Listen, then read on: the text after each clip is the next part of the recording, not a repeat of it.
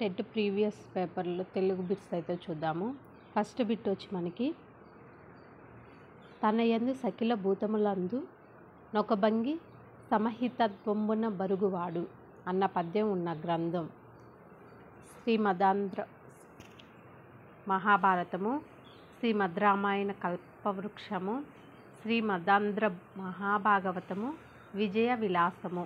So దీని answer వచ్చి మనకి 3. ఆప్షన్ 3 అనేది కరెక్ట్ ఆన్సర్. శ్రీమదాంధ్ర మహాభాగవతము. నెక్స్ట్ బిట్ వచ్చి భర్తృహరి సుభాషితాలను తెలుగులోకి అనువదించిన వారు ఎవరు? భర్తృహరి సుభాషితాలను తెలుగులోకి అనువదించిన వారు పద్దెన పక్కి అప్పల నరసయ్య, కంచెల్ల గోపన్న, ఏనుగు లక్ష్మణ కవి. సో దీని ఆన్సర్ వచ్చి మనకి ఏనుగు లక్ష్మణ కవి. ఆప్షన్ 4 అనేది కరెక్ట్ ఆన్సర్. నెక్స్ట్ బిట్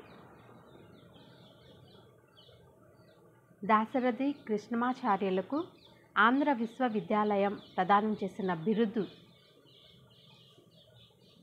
సర్వకళానిధి, కళాప్రపూర్ణ, కళా విశారద, కవి కోకిల.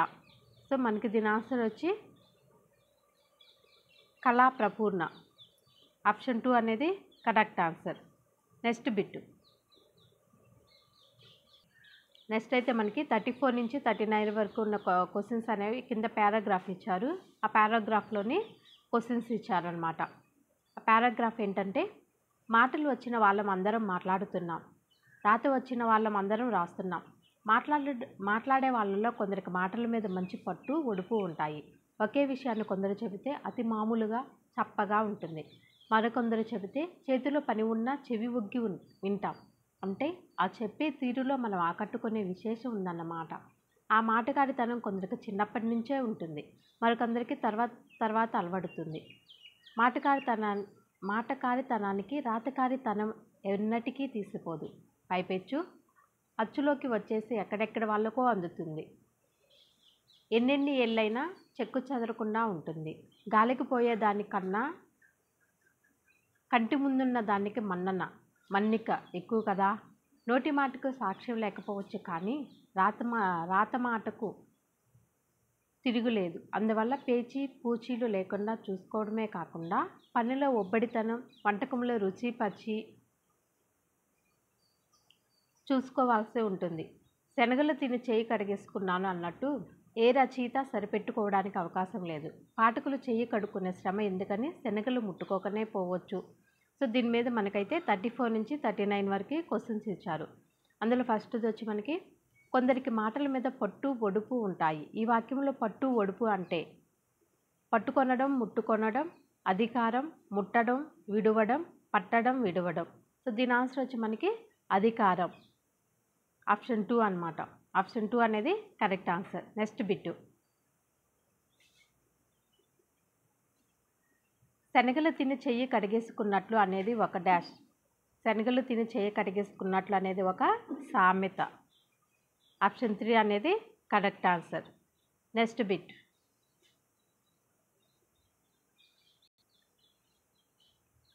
గాలికి పోయేదానికన్నా కంటి ముందున్న దానికి మన్నిక ఎక్కువ. సో ఇది అయితే పారాగ్రాఫ్లో ఉంది. 36కి ఆప్షన్ 1 అనేది కరెక్ట్ ఆన్సర్. మన్నిక ఎక్కువ. నెక్స్ట్ బిట్ కొందరు చెబితే చేతిలో పని ఉన్నా చెవి ఒగ్గి వినడానికి కారణం ఎందుకు? వారు చెప్పే తీరులో మనకు ఆకట్టుకునే విశేషం ఉండడం. ఆప్షన్ 2 అనేది కరెక్ట్ ఆన్సర్.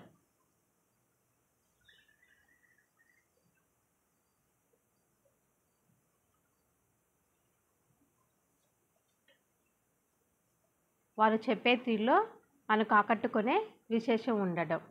నెక్స్ట్ బిట్ ఎన్నెన్ని ఏళ్ళైనా చెక్కు చెదరకుండా ఉండేది. ఎన్నెన్ని ఏళ్ళైనా చెక్కు చెదరకుండా ఉండేది రాతకారితనం. ఆప్షన్ 3 అనేది కరెక్ట్ ఆన్సర్. నెక్స్ట్ బిట్ నోటి మాటకు సాక్ష్యం లేకపోవచ్చు కానీ నోటి మాటకు సాక్ష్యం లేకపోవచ్చు కానీ రాత మాటకు తిరుగులేదు. ఆప్షన్ 4 అనేది కరెక్ట్ అనమాట. నెక్స్ట్ బిట్ ముత్యాల సరంలోని మొదటి 3 పాదాలలో మాత్ర నియమం 10 మాత్రలు, 7 మాత్రలు, 16 మాత్రలు, 14 మాత్రలు. సో దీని ఆన్సర్ వచ్చి మనకి 14 మాత్రలు. ఆప్షన్ 4 అనేది కరెక్ట్. Next bit. నెమలి కంఠం శంకరుని కంఠం వలె నీలంగా ఉంది అనే వాక్యంలోని అలంకారం ఉపమా అలంకారం, అతిశయోక్తి అలంకారం, స్వభావోక్తి అలంకారం, రూపక అలంకారం. సో దీని ఆన్సర్ వచ్చి మనకి ఉపమా అలంకారం. ఉపమాన్ని ఉపమేయంతో పోలుతారు. నెమలిని శంకుని కంఠం వల్లే పోలుస్తున్నారు కాబట్టి ఇది మనకి ఉపమా అలంకారం. ఆప్షన్ 1 అనేది కరెక్ట్. Next bit. చూపు, ధర్మం, సాక్షాత్కారం అను నానార్థాలు కల పదం సాధికారం, దర్శనం, ఆవిష్కారం, పరిష్కారం. సో దీని ఆన్సర్ వచ్చి మనకి 2 దర్శనం. Next bit. క్రియారహిత వాక్యాల్లో ఒకే పదార్థాన్ని బోధించే 2 నామాల్లో మొదటిది ఉద్దేశం అయితే రెండోది బహుళం, ఆదేశం, ప్రత్యయం, విధేయం. రెండోది విధేయం. ఆప్షన్ 4 అనేది కరెక్ట్. Next bit. కొంచెం అను పదానికి సాధారణ వ్యవహారిక రూపం కొంచెం, సుంత, కుంచే, కొంచెము. సో దీనికి ఆన్సర్ వచ్చి మనం కొంచెం. కొంచెం అంటాం కదా, కొంచెం అంటే కొంచెం. ఆప్షన్ 1 అనేది కరెక్ట్ ఆన్సర్. Next bit. హృదయం అను ప్రకృతి పదానికి వికృతి పదం దానం, దయ, యద, హృదము. సో హృదయం అను ప్రకృతి పదానికి వికృతి పదం యద.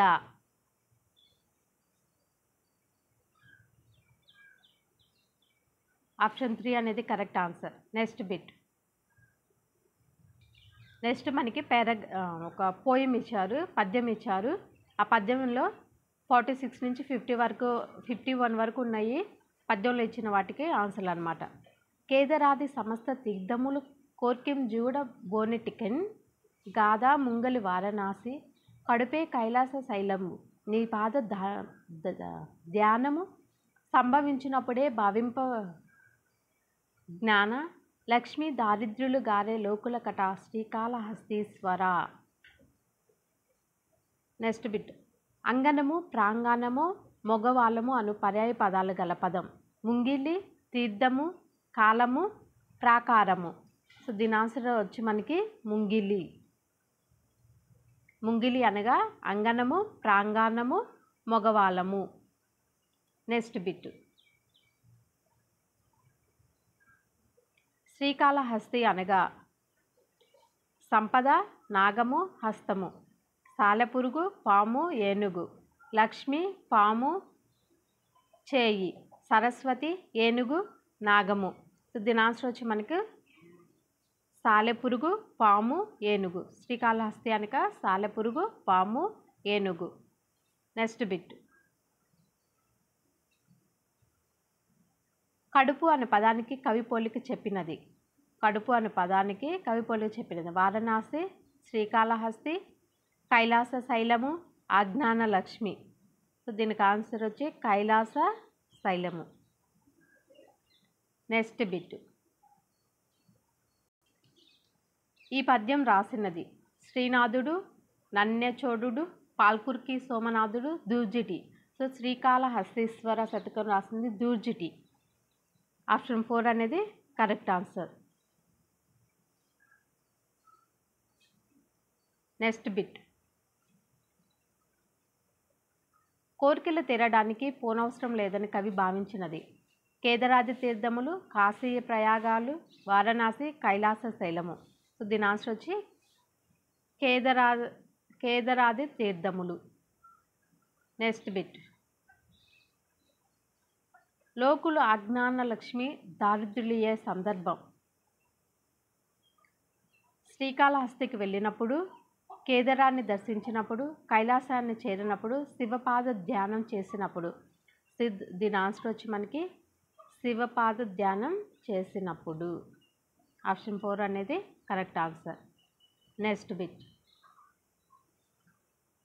ఒక పదమో పదబంధమో అర్ధపాదమో పాదమో మకుటంగా ఉండే ప్రక్రియ. ద్విపద, ప్రబంధం, వచ్చిన పద్యం, శతకం. దీని ఆన్సర్ వచ్చి మనకి శతకం. శతక పద్యానికి చివరన మకుటం అనేది ఉంటుంది. Next bit. సామాన్య వాక్యాలు సంశ్లిష్ట వాక్యంగా ఏర్పడేటప్పుడు కలిగే మార్పు. ఉపవాక్యాల్లోని సమాపక క్రియలు నామపదాలుగా మారడం, ఉపవాక్యాల్లోని సమాపక క్రియలు అసమాపక క్రియలుగా మారడం, ఉపవాక్యాల్లోని అసమాపక క్రియలు సమాపక క్రియలుగా మారడం, ఉపవాక్యాల్లోని నామపదాలు క్రియాపదాలుగా మారడం. సో దీని ఆన్సర్ వచ్చి మనకి ఉపవాక్యాల్లోని సమాపక క్రియలు అనేవి అసమాపక క్రియలుగా మారతాయి. ఆప్షన్ 2 అనేది కరెక్ట్ ఆన్సర్. Next bit. కంఠ స్నానం అంటే తల తప్ప తక్కిన అవయవాలు తడుపుతూ స్నానం చేయడం. ఇక అభ్యంగనం అంటే తలార స్నానం చేయడం. 2 పర్యాయాలు స్నానం చేయడం, తలపై నీటిని చల్లుకోవడం, నీటిలో మునక వేయడం. సో దీని ఆన్సర్ వచ్చి తలారా స్నానం చేయడం. ఆప్షన్ 1 అనేది కరెక్ట్ ఆన్సర్. Next bit.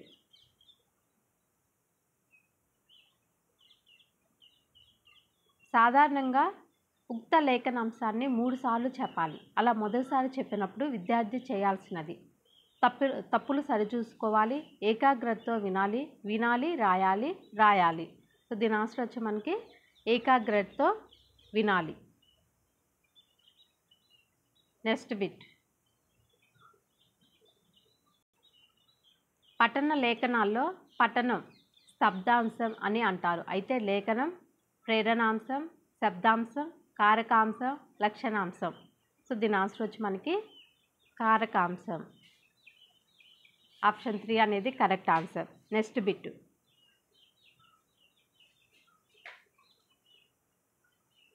విద్యార్థులు సన్నిహిత సంబంధం గల అంశాల మధ్య గల సామ్య భేదాలను కనుగొంటారు అన్న స్పష్టీకరణ. భాషా జ్ఞానం అను లక్ష్యానికి చెందినది, సృజనాత్మక శక్తి అను లక్ష్యానికి చెందినది, అవగాహన అను లక్ష్యానికి చెందినది, భాషాభిరుచి అను లక్ష్యానికి చెందినది. సో దీని ఆన్సర్ వచ్చి మనకి అవగాహన అను లక్ష్యానికి చెందినది. భేదాలను కనుక్కుంటారు అన్నారు. భేదం అనేది మనకి అవగాహనలో ఉండేది. భేదం కనుక్కోవడం, సామాన్యీకరిస్తాడు, సంశ్లేషిస్తాడు, ఇవన్నీ కూడా మనకి అవగాహనలో ఉండేది. ఆప్షన్ 3 అనేది కరెక్ట్ ఆన్సర్. Next bit.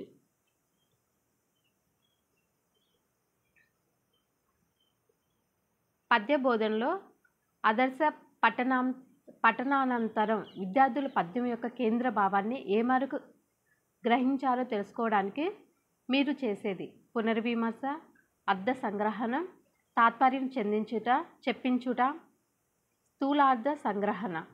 దీని ఆన్సర్ వచ్చి స్థూలార్థ సంగ్రహణ.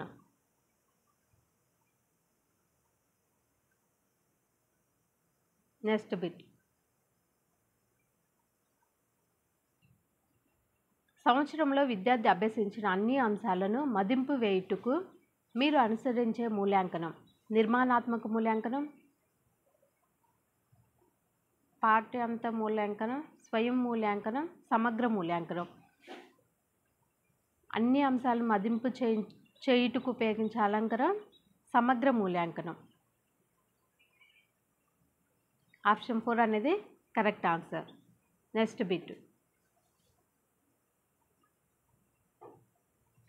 వ్యాకరణ బోధనలో సూత్రాన్ని మొదటగా చెప్పి ఆ తర్వాత ఉదాహరణలు విశ్లేషించి సూత్రాన్ని అర్థం చేయుటకు మీరు అనుసరించిన బోధనా పద్ధతి నిగమోపత్తి పద్ధతి, విశ్లేషణ పద్ధతి, ప్రయోగ పద్ధతి, అనుమానోపత్తి పద్ధతి. సో దీని ఆన్సర్ వచ్చి మనకి సూత్రం నుంచి ఉదాహరణకి పోయేది మనకి నిగమన పద్ధతి. సో ఆప్షన్ 1 అనేది కరెక్ట్ ఆన్సర్.